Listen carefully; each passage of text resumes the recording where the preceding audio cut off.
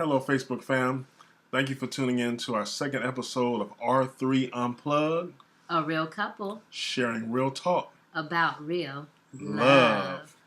I'm Perry. This is my girl, DeJuana. And first off, we want to thank all of you who tuned in to our first episode of R3 Unplugged.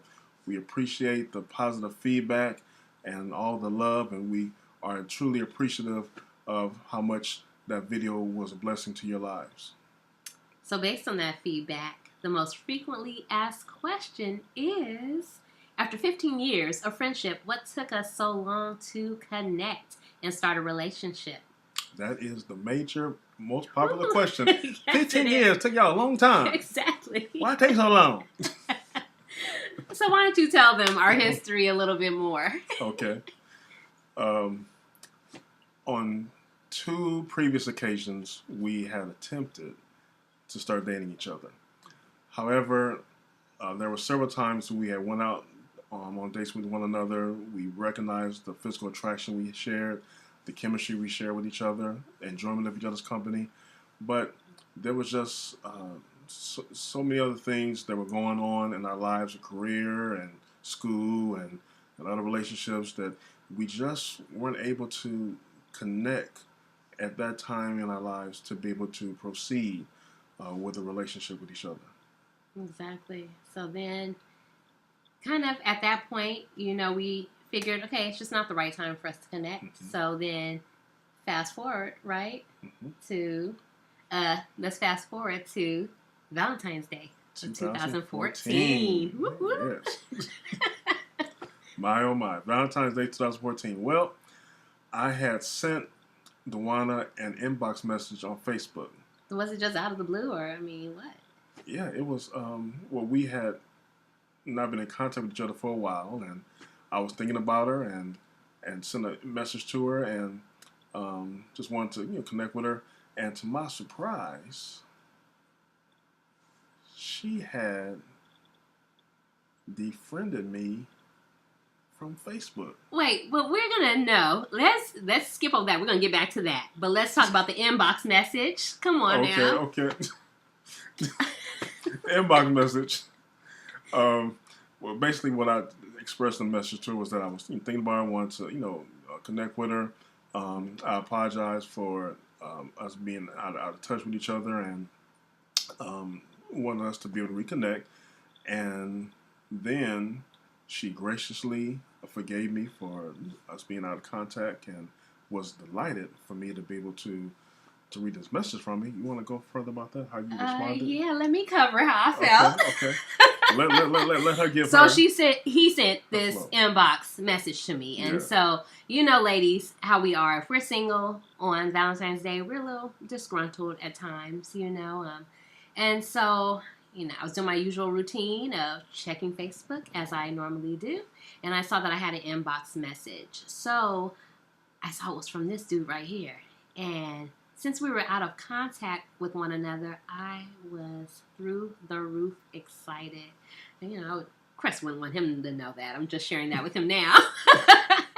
But I was doing my happy dance, and I was just so elated that he reached out to me, because this meant that somebody was thinking about me on Valentine's Day. So I responded in my usual sarcastic tone of, oh, surprise, surprise, look who decided to message me type of tone. But then I also did express my feelings about him and us being out of touch. And I, let him know that he owed me a Cheesecake Factory dinner that he had promised me prior to us going on hiatus. Right? That's right. So, but wait. Let me say this. I sent my inbox response to him, okay? And I thought he was going to respond quickly and be so happy to hear from me. But do you know, the Facebook airwaves went quiet. He did not respond to me quickly. So what happened? And men, this is a lesson for you. Please be mindful to be consistent and follow through with what you say you're going to do. It'll spare you a lot of unnecessary disappointment and trouble later, believe me, okay? So, yeah, I finally did respond. You did respond. And now you can go into the unfriending. Okay, yeah. On Facebook. So when I had to send the inbox message to her, I realized that I hadn't been seeing any posts from her for a brief period of time. Now, I know with some of you on Facebook, you may go on hiatus. You know, you take a break I'm taking a break from Facebook for a month, 2 months, whatever.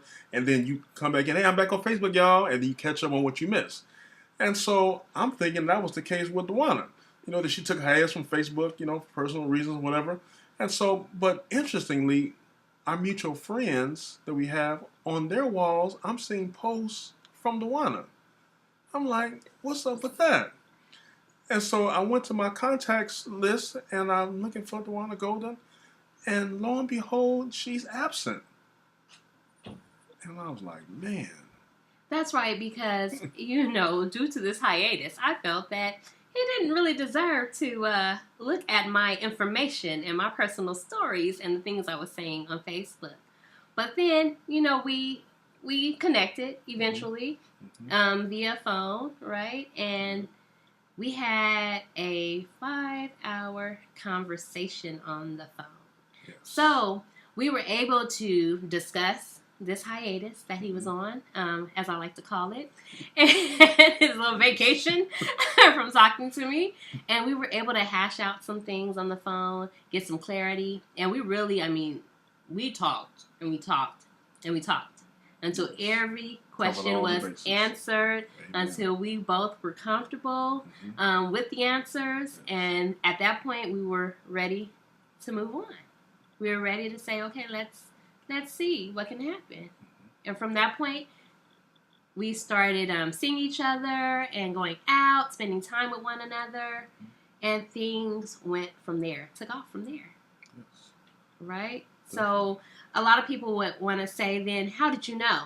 After all this time, I mean, you tried it before. How did you know this time was the right time? And for me, I think that prior to, we both were, we had gone through some previous relationships, and we were, you know, figuring out career things and education things, and we really need to get right with ourselves first before we connected up. Definitely. We really needed to just really hash out some things, get comfortable about who we were, repair some things within ourselves, restore some things, so that we were comfortable with who we were at that current time. There were no storms going on at this point. You know, enough time had passed. Yes. And so we were comfortable with who we were and who we could present and what we could give to one another. Right. So it allowed us to be open and available to one another, which I think kind of leads into the second indicator that it was the right timing, which was availability. Yeah, on previous occasions, other times, we had tried to schedule to get together, and it just was a misfire. Just we weren't connecting. And so, in a sense, there's a quote, one of my mottos that I live by, that goes like this: whatever you consider a priority in your life, you will make time for. Again, whatever you consider a priority in your life, you will make time for. And it appeared that at this juncture, that the availability of time was present, and it was a priority in both of our lives to be able to connect with each other on this level. And it was a smooth transition without any trouble whatsoever. We could even get babysitting so that we could go out. So, I mean, just everything connected up, lined up, so that we could actually spend time with one another. I mean, we made each other a priority. We wanted to get to know each other again, get reconnected, right? Definitely. And then I think the third thing was that once we were in each other's presence and we were talking, we were able to be open and transparent in just on another level. We had always been open with one another and would share things, but this time it was different. It was something different about it. Just emotionally, we were vulnerable. Like a peace that we experienced with each other, just an easy ebb and flow with one another about our feelings. Yeah, and it wasn't where we were on the phone saying all of these things. We were looking at each other, you know, like we are now, close and able to connect, you know, and just really share from our hearts. And so that bonded us in a different way, a different level. And, you know, one thing I do want to share, a little bonus thing, that how I knew was that, you know, during the time that we weren't talking, it really hurt. I mean, I was in tears. I would cry at night. And then eventually I had to just give it to God and say, you know what, God, if he's for me, then he'll return. And so there were times where, I was really in pain about the fact that he wasn't in my life. But I prayed, and I prayed for God to bring him back in my life. And I prayed, and I prayed, and I knew that was the only thing I could do. And so when that moment came on Valentine's Day of 2014, I knew that was nothing but God. And I knew that was nothing but God's timing. And I was open, I was ready, and I was just,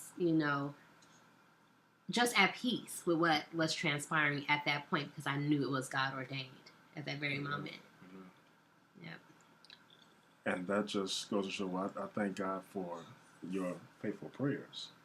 And I thank God for him working things out for us to be able to connect. And the right timing, when God sets it up, is always the best route to trust. And our hope is that from our sharing of our experience, that you will be able to glean some insights in your life and your relationship for you to discern when God's right timing is manifesting. That's right. So in closing, we thank you for tuning in to the second episode titled Right Timing of R3 Unplugged. And we look forward to tuning in with you for episode number 3. That's right. That's coming up soon, right? Right. In a couple of weeks. That's All right. So, peace.